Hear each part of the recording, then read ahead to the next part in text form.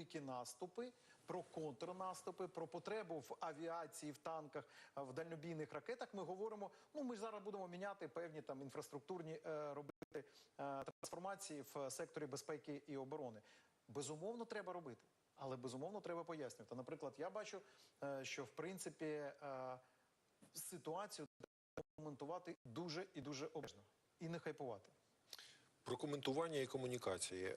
От ви вже сказали, що це є відчуття про те, що наче війна десь відступила. Про це вчора ввечері президент у своєму зверненні казав. Він казав, що таке враження, що в суспільстві почали призабувати, що у нас війна, і почалися займатися такими внутрішньополітичними справами. Що з цим робити? У вас теж є відчуття, що війна наче про коментування і комунікації? От ви вже сказали, що президент абсолютно правий. Є відчуття про те, що наче війна десь відступила, про це вчора ввечері президент у своєму зверненні казав. Він казав, що таке враження, що в суспільстві почали призабувати. Тому що ти знаходишся постійно, вже практично рік ми знаходимося постійно в стані такого афекту. Тобто ми розуміємо, що ритм життя інший. Про коментування і комунікації. Сьогодні, знову ж таки, немає розуміння того, що буде завтра. Може навіть нема розуміння перспективи. Треба постійно знаходитись тут і зараз. Ну, тобто мається на увазі приймати всі рішення антикризові прямо тут, сьогодні. І це не означає, що ці всі антикризові рішення приведуть до розуміння оцієї стратегії, що буде післязавтра і так далі. І люди багато починають якби шукати собі психологічний прихисток, да? Ну, тобто якби сховатись від цього. І починають шукати, а давайте перейдемо на обговорення якихось внутрішніх проблем, і таким чином ми себе будемо відволікати від розуміння, що війна, що завтра може бути знову ж таки інтенсифікація бойових дій, що може бути масштабування ще якихось там, наприклад, на Донецькому напрямку чогось і таке інше. Розумієте? Тобто люди шукають можливість якби сховатись, давайте відверто говорити, сховатись від очевидного. А очевидно, що війна не закінчилась, війна масштабна. Більше того, сьогодні, саме сьогодні буде відбуватись, скажімо так, ключовий етап, коли йде схватка за ініціативу. Хто буде володіти вже до кінця цієї війни ініціативою. Зрозуміло, що Росія йде ва-банк. Ми ж це розуміємо. Звідси її мобілізація і спроба знайти десь ще додаткові ресурси, в тому числі в інших країнах. Мається на увазі в країнах-союзниках, таких як Білорусь, там Іран, Еритрея, певно, чи Північна Корея.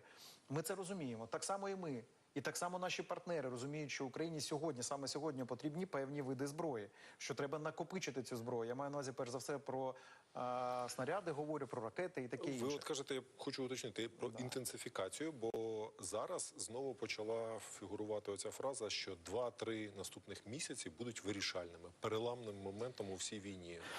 Можна так казати? Це трошки дивно для мене звучить. У нас рік війни. Вона дуже масштабна. 1400 кілометрів тільки прямої лінії фронту, як такої. Я не беру Північний фронт потенційний, де Білорусь 1200 потенційного. Да, але це якби дивно, що от саме ці 2-3 місяці будуть переламні. Це кожний етап, це переламний етап.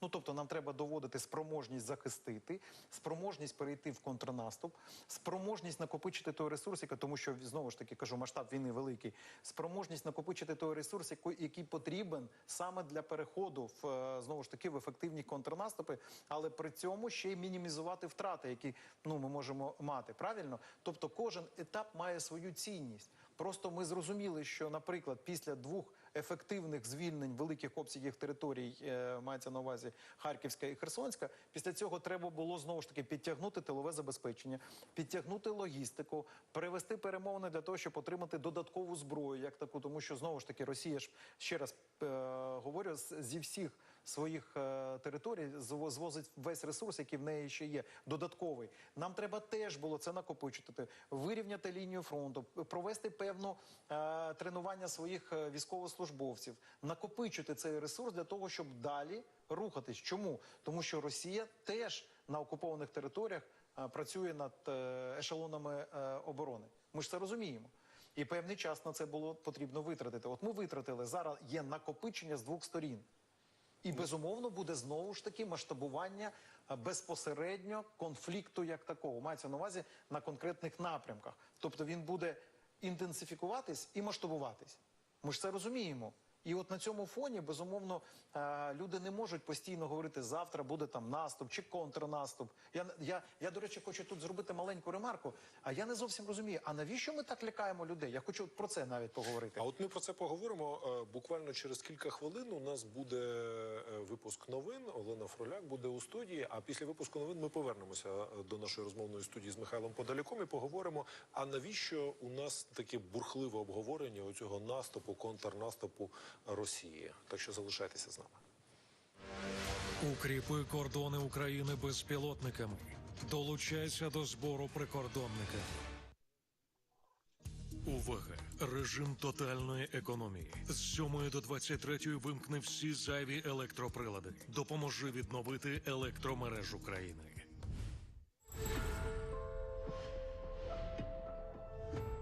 Твоє майбутнє у твоїх руках. Захищай своє. Крок за кроком. Washington for what they say was a crime against international rule of law. Becky? Absolutely. Stefano, thank you. And Mark is in Hong Kong with the Beijing perspective.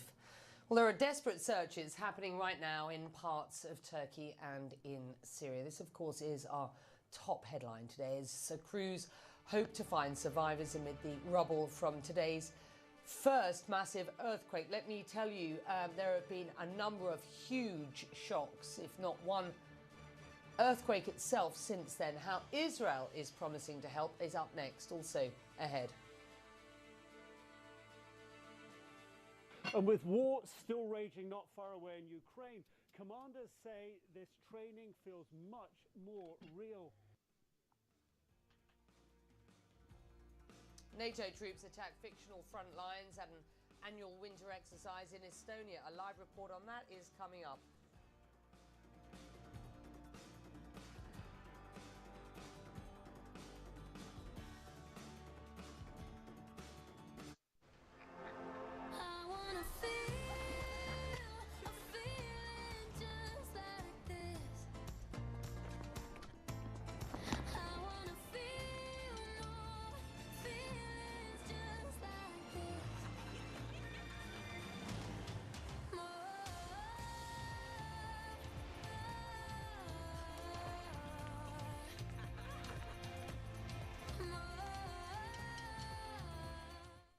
Wednesday.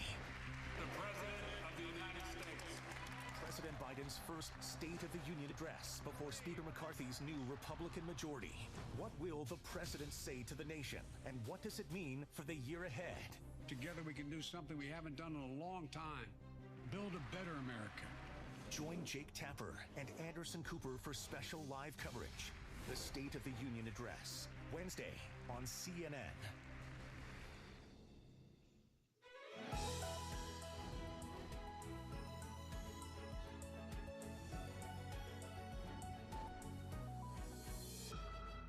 Today, we live in an unpredictable environment, and news races around the world at breakneck speed. We've heard those stories, but I've never heard it from somebody who's actually seen it. I have seen it. My show brings you the latest news and top news makers. Can you give us any more insight into the line in the sand? How do you expect Russia at the highest levels to be taken seriously now? And we also dive below the headlines to explore vital issues impacting our lives. I would probably be in jail if I did that. Like, literally, no joke. Our sexual pleasure shouldn't be this complicated.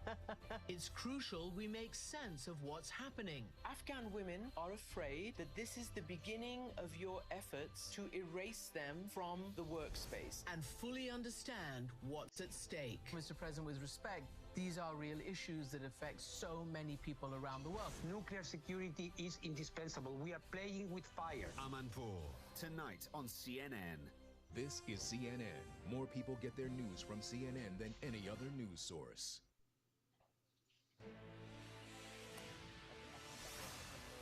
Abu Dhabi, and you are watching CNN, and this is a breaking story, the very latest on the story that has shocked the world, a massive 7.8 magnitude earthquake in southern Turkey. We now know that more than 2,300 people have died in this disaster in Turkey and in Syria, and scenes like this are happening across the region. You can see part of This building in Turkey has simply collapsed. Rescue crews searching for survivors. Similar scenes happening in Syria. Emergency workers there sifting through rubble, hoping to find someone, anyone still alive in this carnage. The quake was so powerful that it could be felt as far away as Lebanon and Israel. Hadas Gold is live in Jerusalem. Certainly people on the ground there feeling this. Israel promising aid to Turkey. We clearly have to ask, what about aid to Syria at this point? What are the details as you understand them?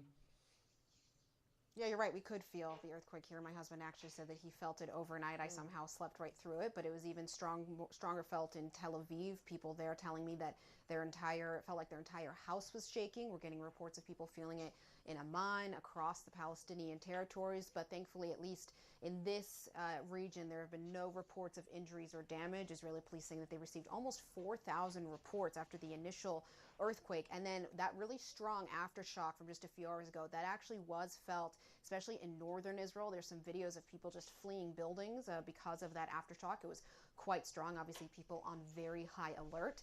Now, in terms of response, the Israelis are saying that the military planes with aids will be taking off this evening and tonight. From what we understand, there will be 2 planes flying out with everything from search and rescue crews and gear to humanitarian aid and basic things to help the people who, obviously, as you can see, have just lost their homes, have nowhere to really go. If you also think about the fact that places that you might normally go in if something happens to your building, let's say a school, a hospital, a mosque, that they are likely damaged as well. And so as part of this aid that they are bringing things, like tents, like blankets, things can help keep people warm. It is very cold. There is a storm coming through right here. I can tell you it's incredibly windy and cold here in Jerusalem. That same storm front is affecting the area where this earthquake hit. So we know that those planes are heading to Turkey. Now, you asked about Syria. The Prime Minister, Benjamin Netanyahu, actually said earlier today that through diplomatic channels, he didn't say exactly who, the Israelis did receive a request to help Syria and that they did plan to send that along, which is interesting because although Israel and Syria are neighbors, they have no formal relationship. So if aid has been requested by a third party, we don't know exactly who quite yet. It will be interesting to see if that aid request actually did come through and what the Israelis will be sending. They are neighbors, so it is close by. It's also interesting that other leaders from this region, Qatar, Jordan, UAE, have all either spoken with their Turkish counterparts, sent condolences, and we're seeing pledges of support from Taiwan to the Netherlands. People are just planning to send, of course, hundreds of rescuers and as much help as they can. Of course, one of the biggest issues is just how to get to some of these stricken areas. I'm from the Israeli military. They may be using certain types of specialized planes that can land in areas that might not have exactly working runways. Of course, time is of the essence right now, just trying to get people there as quickly as possible. Flight time from Israel to this area in Turkey is probably about 2 hours, so not too long.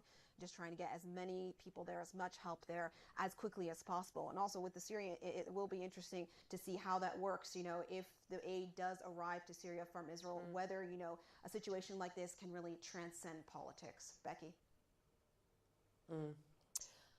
I've been around long enough to have seen these examples of what have been known to become earthquake diplomacy. Turkey with Greece back in 1999, the awful earthquake back in 1999 in Turkey, and what was entitled earthquake diplomacy from the support that the Greeks sent to Turkey at the time. It does happen. I was in Pakistan in the mid-2000s when we saw an awful lot of support from many countries who simply don't normally get on, but just got going and moved into action in order to help. All right, good stuff. And one always hopes that that's the situation when these awful things happen. Thank you. Ukraine sending mixed messages about the tenure of its defense minister at a key moment in the war. On Sunday, a top ally of Ukraine's president said that Oleksiy Reznikov would be replaced, but a day later he appeared to dial back his remarks, saying no change is expected this week. The defense minister has been under pressure for several weeks related to corruption scandals inside his department. Meanwhile, Reznikov is warning that a widely expected Russian offensive may start soon. He says his troops are set to begin training today on Leopard 2 tanks in Germany. Several NATO member nations are supplying those German tanks to Ukraine. Other Ukrainian crews are already training on British tanks in the United Kingdom. CNN got a chance to see these Leopards and other battle tanks in action at NATO's winter exercise in Estonia. Around 1,500 NATO soldiers took part in what is an annual event. Nick Robertson reports from an army base in Estonia. Danish Leopard 2 tanks, similar to those soon to be deployed to Ukraine, storming an imagined enemy position in Estonia. French troops attack fictional front lines as Estonian troops pretend to hold them off. All part of the Baltic nations' annual NATO winter exercise to gel the multinational alliance into a singular fighting force. This year, these military exercises feel different. The French have brought in far more troops than the past, and with war still raging not far away in Ukraine, commanders say this training feels much more real. 2/3 of the 44 tanks involved in the exercise, British Challenger 2 tanks. More like these, also soon deploying to Ukraine. Lessons learned here valuable for the Ukrainians. Communications between the Challenger and Leopard tanks critical, but no doubt used correctly they could be a game changer.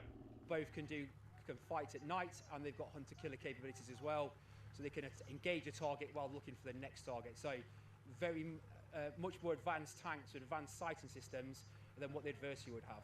The Ukrainians say they want to use the Leopard 2 tank as an iron fist to punch through Russian lines, give Putin a bloody nose, and snatch back territory they've lost. The lesson here, that won't happen overnight.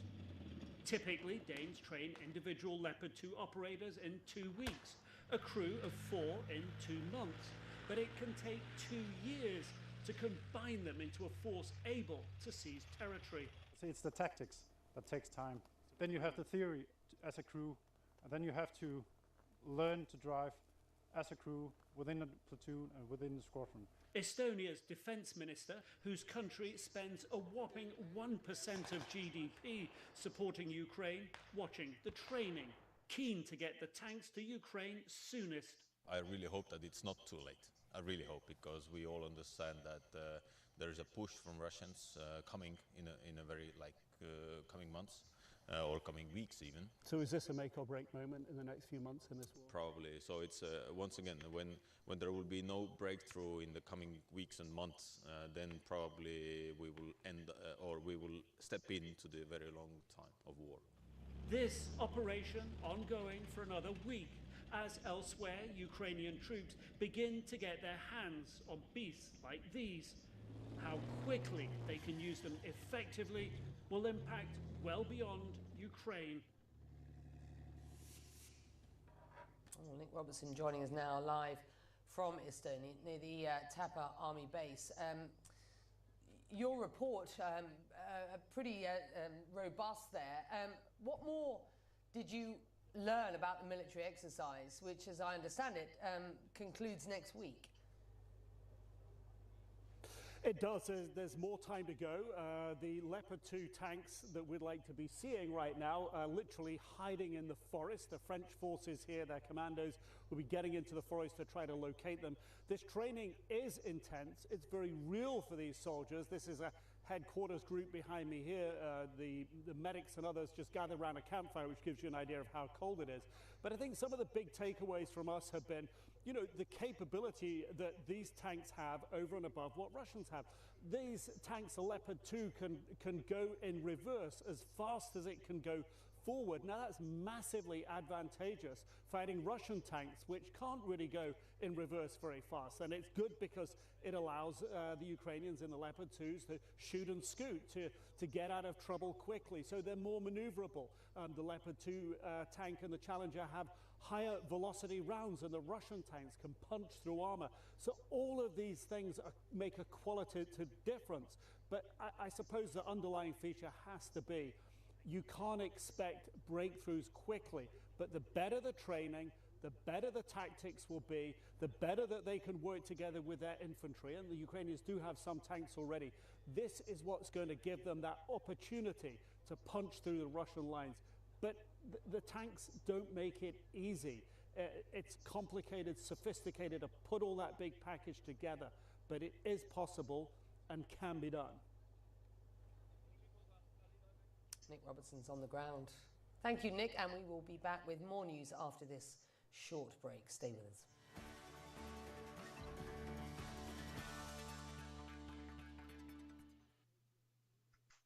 I'm gonna make another video that goes all the way to the moon. I will make an app that help me understand what we will say. I am going to make a shoe that can make me fly. When you believe nothing is impossible, you see no limits. Engineering solutions for a limitless world. Kiloska.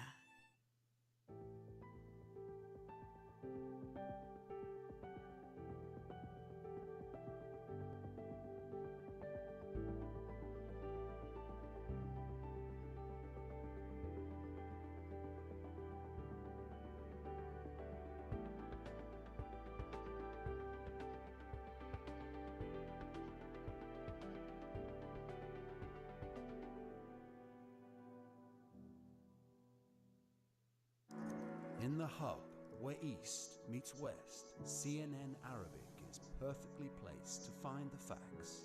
This is where stories happen. It's a concern to a lot of us in the region. Politics, business, culture, real life. As the pace of change moves faster, we ask the important question: what is the truth?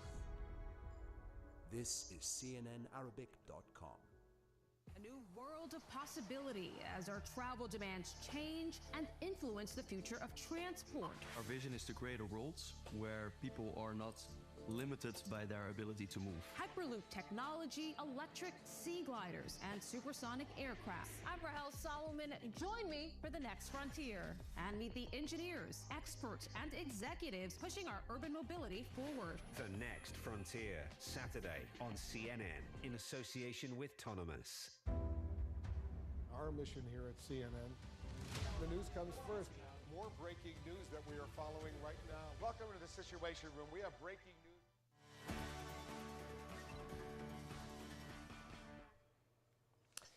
Well, more on our top story this hour. The death toll in Turkey and Syria growing more tragic, I'm afraid, soaring past 2,000 after a devastating earthquake that's been followed by scores of aftershocks. This all happened just hours ago in a region already suffering from war, a refugee crisis, and ongoing economic pain. The following footage shows you what it was like when a building collapsed earlier in Turkey, for example. Have a look at this.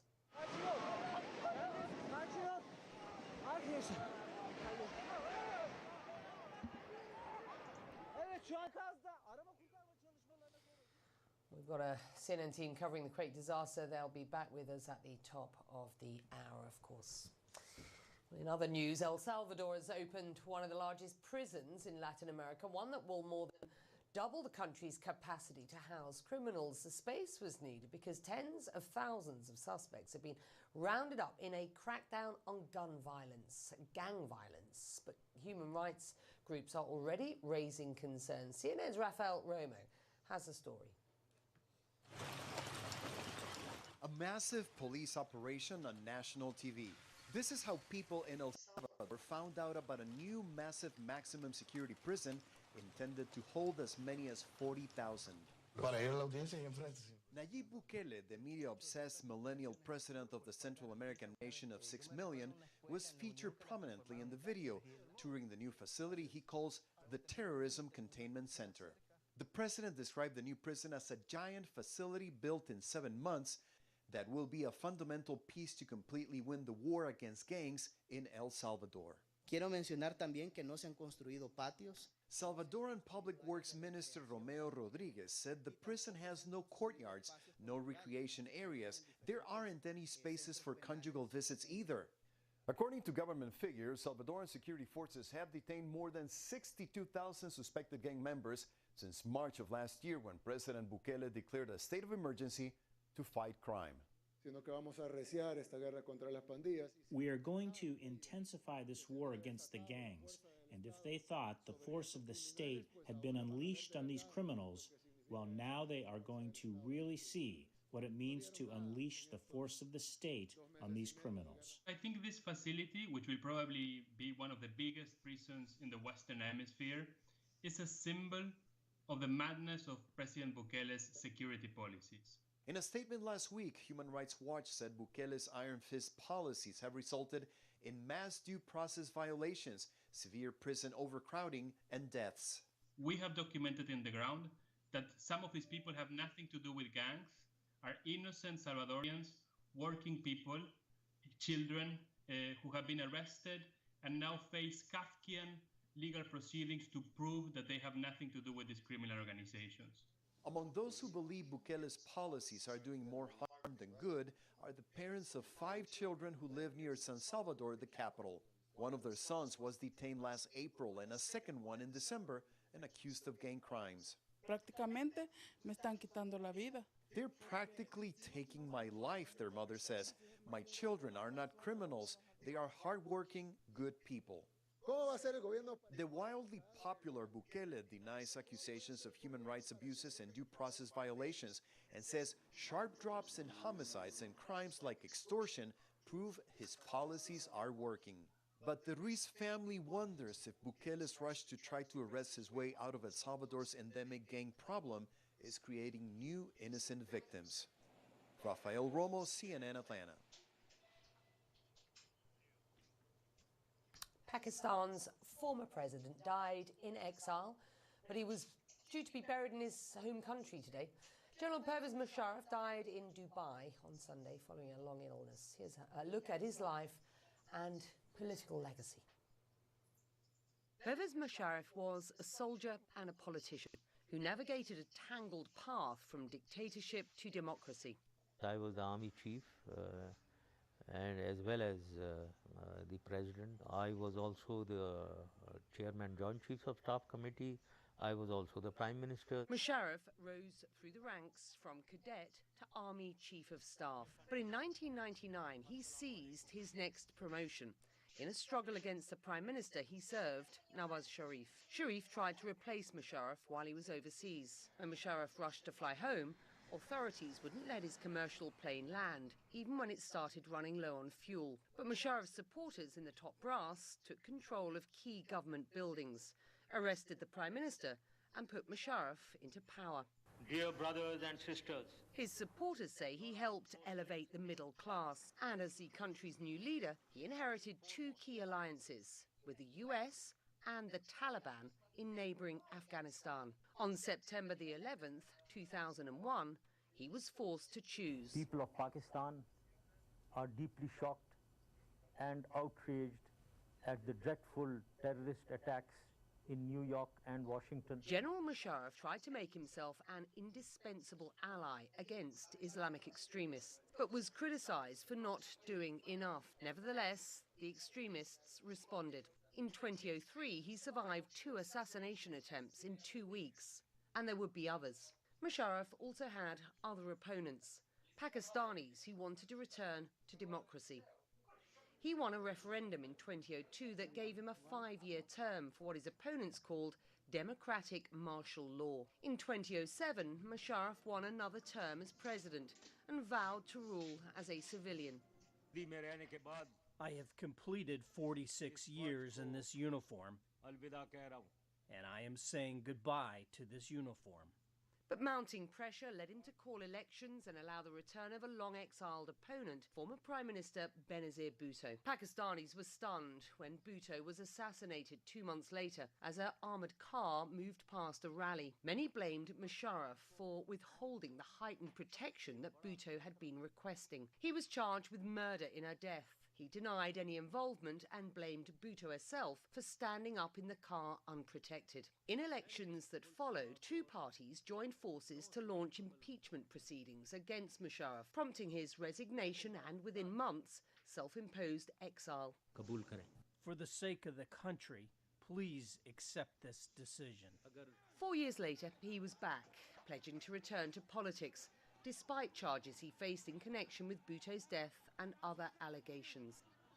But courts repeatedly barred him from seeking public office. Musharraf's legal troubles would drag on, and the public support he was hoping for never materialised. In 2016, he left his homeland for Dubai for medical treatment and never returned.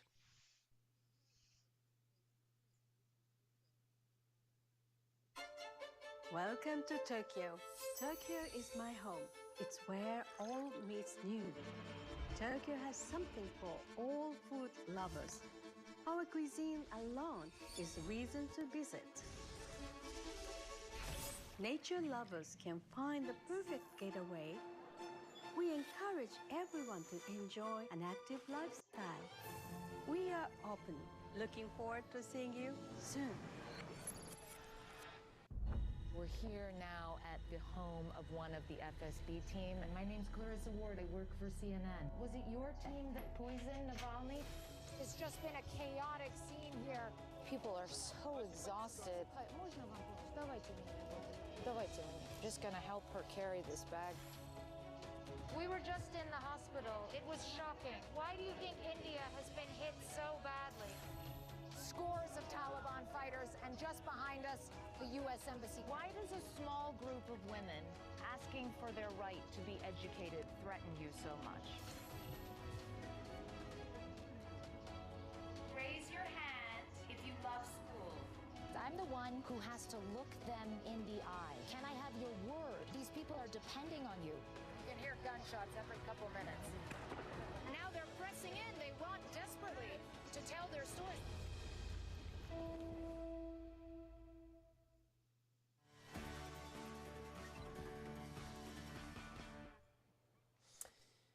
Police in Dallas in Texas say a man arrested in the suspected theft of tamarin monkeys from the city's zoo could be linked to tampering with other animal habitats there.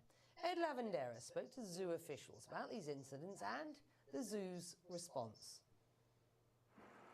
The high-flying Gibbons apes are oblivious to the fact that their little corner of the Dallas Zoo is a crime scene that's garnered worldwide attention. For the humans at the zoo, it's been a nearly month-long nightmare. They broke into the building. Harrison Edel is the Dallas Zoo's executive vice president of animal care and welfare. He's showing us where the mysterious break-ins, escapes, possible murder, and animal abductions occurred. It started here in this enclosure, which is home to 4 Langer monkeys. Edel says they found a 4-foot-high cut in the wire mesh. We also noticed that some of the climbing structure inside the habitat was broken, and it had literally collapsed, which made us think an animal larger than a Langer had been in here. None of the monkeys escaped. A lot of us in animal care at the zoo have gone to some really dark places in our minds in the last month. You can almost picture whoever was in there chasing these guys down. It must have been rather frantic for the animals. I can only imagine how scary that is for a Langer to have a person in their space who's trying to aggressively grab them. Around the same time, and just 2 exhibits away, the clouded leopard habitat was cut open. A female leopard named Nova walked right out, setting off what the zoo calls a code blue. The SWAT team rolled out here that morning. That's got to be terrifying. Yeah, I mean, SWAT team heard the word leopard and thought, leopard. High-tech drones were used to search for the 25-pound cat to no avail. That afternoon, 2 zoo employees standing about 30 yards away from Nova's habitat found her. One of them said to the other one, "Why is that squirrel so pissed off?" And there's a squirrel in the tree barking, and down here in one of these cabinets, the leopard was curled up in a cabinet looking at them. Down here? There's the curator who said, "Why is the squirrel so upset?" Lisa Van Sleet, the zoo's mammal curator, called for help. And then a chase ensued. But she's safe and sound now. She's safe and sound now. At first we thought maybe isolated incident, somebody tried something and failed. It was just the beginning. A lappet-faced vulture named Pin was found dead. Dallas police said the rare bird had been wounded, and then last week, 2 rare emperor tamarin monkeys were taken from the zoo. They made a huge cut in this wall of mesh right here in order to get into the habitat. The 1-pound monkeys were found the next day in this abandoned house about 15 miles away. Zoo officials say the monkeys were unharmed. That last incident led police to arrest 24-year-old Davian Irvin. He's been charged with 6 counts of animal cruelty and 2 counts of burglary to a building. But investigators say he is not currently charged in connection to the death of the vulture. My name's Joe Exotic and this is Sarge. Wildlife experts say the fascination with exotic animals is fueled by shows like Tiger King and social media influencers, creating an underground world of exotic animals as pets. It's a massive problem. The globally, the illegal pet trade is again driving many animals toward extinction, and we think of it oftentimes as a kind of otherworld problem. This is an opportunity to let people know that animals need to be left alone in their homes. I'm going to sound so old when I say this, but it doesn't help that social media influencers are showing kids that it's cool to have this thing in my house. Do you think that might be one of the motivations here? Just that kind of influence? I do. That was Ed Lavandera reporting. You're watching Connect the World. This show continues after this short break. Stay with us.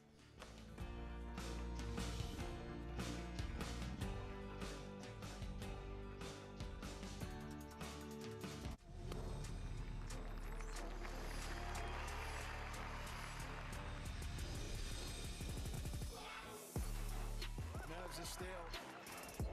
Excellent round of golf. A well-earned victory.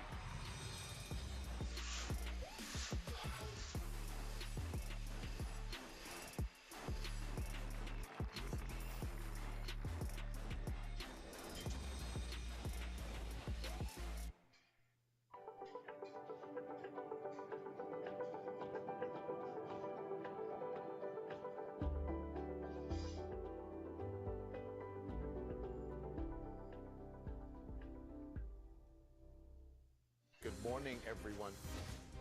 What happened on Capitol Hill last week? It is being called Brazil's January 6th. Those are migrants sleeping on the street of El Paso. Millions face a flooding disaster in California. Does it concern you that there's no one permanent leading the FAA?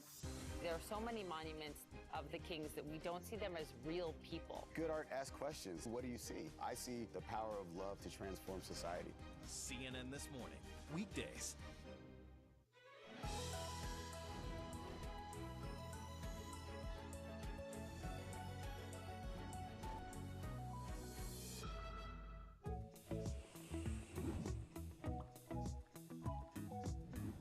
When you travel the world, make sure the world travels with you. Check in, log on, and get connected with all of the latest developments at your fingertips. CNN Partner Hotels. Connected to your world. A new world of possibility as our travel demands change and influence the future of transport. Our vision is to create a world where people are not limited by their ability to move. Hyperloop technology, electric sea gliders, and supersonic aircraft. I'm Rahel Solomon. Join me for the next frontier and meet the engineers, experts, and executives pushing our urban mobility forward. The Next Frontier, Saturday on CNN in association with Notícias. I'm Nina Dos Santos in London, and this is CNN.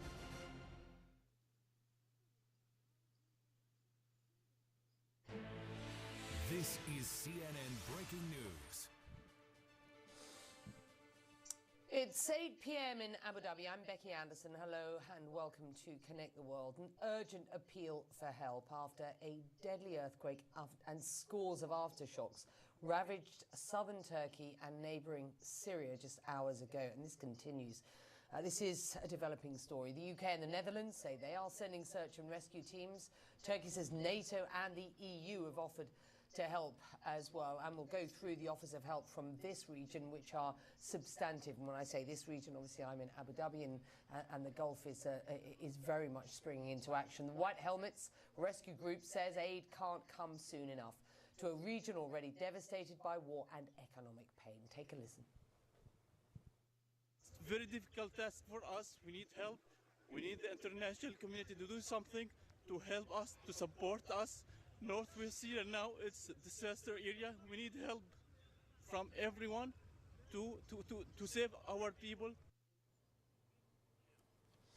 More than 2,300 people have been killed so far, and thousands more are injured in the powerful magnitude 7.8 quake. It's one of the strongest to hit the region in more than a century. CNN's Jumana Karachi shows us more on the initial impact. A young man trapped, desperation in his eyes. Then in the pre-dawn darkness, a moment of joy. Rescuers haul him from the wreckage of a building in southern Turkey.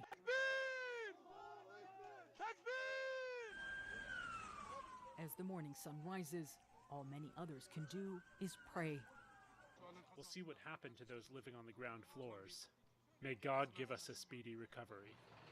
This was a residential building full of families asleep in their homes when the massive earthquake struck just before daybreak.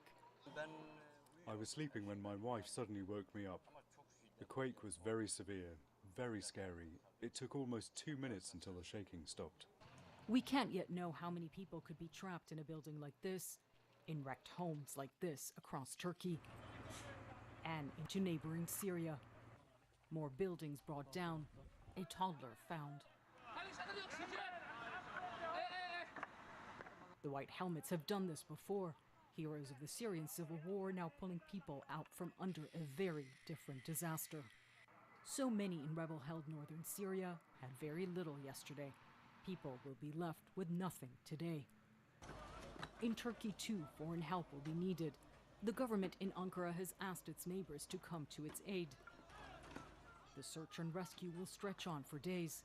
Hope will remain for as long as possible. Jumana Karachi, CNN, Istanbul. And we're going to hear from Jumana later this hour. For now, though, journalist Eyad Kordi was at his family home when the earthquake struck. He lives in Gaziantep in Turkey, near the epicenter of this quake. His family evacuated and stood in the snow for nearly 30 minutes to wait for the worst of it to pass. Have a listen to what Kordi told CNN earlier. It became so shaky. I was staying in my parents' house. They woke up, they were asleep, they started to shout. I tried to shout to them, like stay under the doors, stay under the doors. And I was trying to confront them, I was trying to calm them down, telling them, please be calm, stay under the door. And I was telling them, it's going to be over soon, but I felt it will never be over. It lasted at least a minute, I believe. A lot of stuff got broken in my house, like furniture, electronics. And then when it stopped completely, we ran out of the building with our pajamas and slippers, literally. Well, that's the initial impact in Turkey, in Syria. Rescue efforts like these have been going on for hours, through the night, into the day, and now into the evening. The Syrian American Medical Society, as it's known, is working on the front lines to help. They tweeted this: "We are doing everything we can to respond to this earthquake that has hit Syria and Gaziantep, and are doing our best to care for the survivors. We will continue to keep an eye on the situation and provide updates as everything develops." Well, Dr. Mazen Kewara is the Turkey country director of the Syrian American Medical Society, and he joins us now by Skype from Gaziantep. So just how dire is the situation on the ground as you understand it? Yeah, thank you so much. The situation is very dire. I am talking with you from my car. I am in the car since 5 in the morning, so it's more than 14 hours. Right now, myself and my family, kids, we are in the vehicle. The earthquake was something horrible. It's our first time we experience such thing. And weather conditions is very, very difficult nowadays in Gaziantep. We are operating inside northwest Syria from Gaziantep office. This is our first time to see ourselves directly with the victims. We are dealing with them since 11 years in northwest Syria at the same situation. Previously, we were responding to them and supporting them from our center in Gaziantep, from our central office in Gaziantep. But today, we are victims like them. Directly, we experienced same earthquake, horrible earthquake, but fortunately, we have vehicles. We can stay in our vehicles. But the people inside northwest Syria, 4.5 million people, half of them are IDPs coming from different areas because of the 11th year war in Syria. So they experienced this horrible situation with very, very poor infrastructure related to everything: the shelter, the healthcare system, the rescue teams. Everything is running by the NGOs. SAMS is one of them. White Helmets is one of them, and many other NGOs working in northwest Syria. Without that, strong governments can do things that the Turkish government can do here for its people. But the people in northwest Syria right now, with hundreds of deaths, SAM's facilities only received about 180 deaths till now, and more than 800 injuries. Only one organization received this horrible number of the casualties because of this horrible earthquake and catastrophic situation. Let me, and firstly, I just want to say I'm glad that you and your family are safe. I know it must be harrowing for the kids. One can only imagine it. So I'm glad you're safe. And thank you for taking this call with us. And I want our viewers just to see some of the images that SAMS has sent us. These are a number of hospitals that have been affected. And as I understand it, some have been evacuated due to the damage caused by the earthquake. You're talking to people on the ground. What are they telling you about the sort of pressure that these facilities are under right now? I mean, you know, it looks as if they're functioning. How are they functioning? All ERs are overwhelmed. All ORs also overwhelmed because of the huge number of injuries. So doctors working around the hour. All hallways is full, and we can. One of our referral hospital, main hospital, stopped receiving any casualties because of no capacity. We stopped and evacuated two maternity hospitals, frankly, and evacuated the newborns from the incubators because of those facilities, and those hospitals got damaged because of the earthquake. We are using the maternity hospitals to serve the trauma cases coming from this earthquake and collapsed building. Huge number of collapsed buildings in different villages and cities in northwest Syria because of this earthquake. So this is the situation. We received a mother, dead mother, pregnant mother in our Shifa hospital in Afrin.